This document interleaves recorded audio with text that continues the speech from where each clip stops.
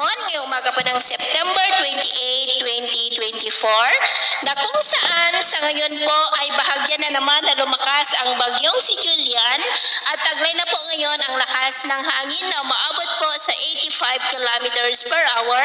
habang nasa silangang bahagi pa din po ng extreme northern Luzon about 385 kilometer east ng Calayan, Cagayan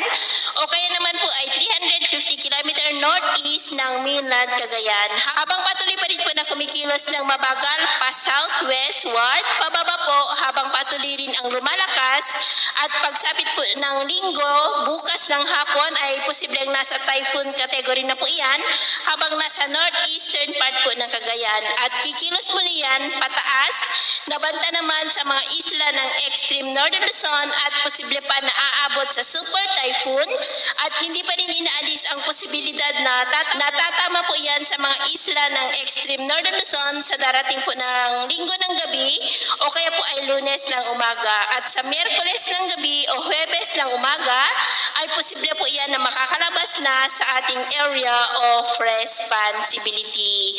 At dahil po kay Bagyong Julian, sa ngayon ay nakataas na rin po ang Tropical Cyclone Wind Signal number 1 dyan po sa may Babuyan Islands, the eastern portion ng mainland Cagayan, sa may Santa Ana, Gonzaga, Gataran, Lalo, Bagao,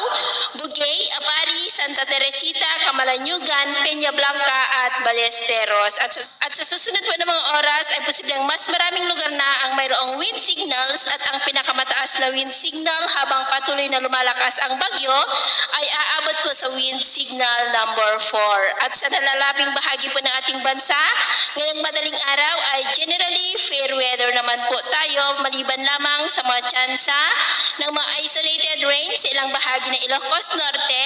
Batangas, Occidental Mindoro, Romblon, Northern Palawan, Southern Leyte at Dinagat Island. At mamaya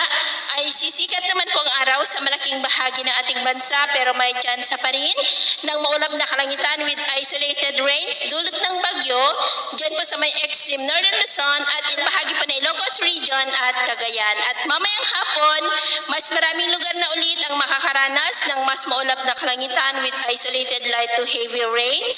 Kaya mag-ingat po tayo sa mga banta pa rin ng mga pagbaha at pagguho ng lupa. At sa atin naman pong mga baybayin, dahil po kay Bagyong Julian, ay iwasan na po muna natin ang papalaot sa mga baybayin po ng Batanes, Babuyan Islands at eastern seaboard ng mainland Cagayan dahil ang mga alon dyan ay posible po na aabot hanggang po sa 3.5 to 4 meters height.